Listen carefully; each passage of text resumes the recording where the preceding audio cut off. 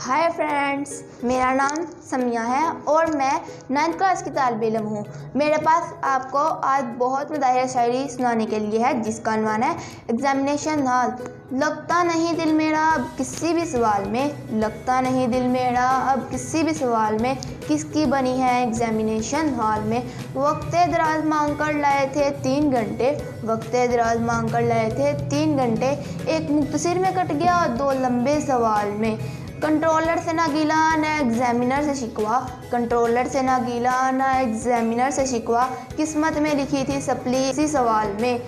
इन फार्मूलों से कह दो कि कहीं और जा बसें, इन फार्मूलों से कह दो कि कहीं और जा बसें, इतनी जगह कहाँ दिमाग ना सूदे हाल में। कितना बदनसीब है स्टूडेंट नकल के लिए, कितना बदनसीब है स्टूडेंट नकल के लिए, 2 कागज़ के टुकड़े ना मिले पूरे हाल में। शुक्रिया।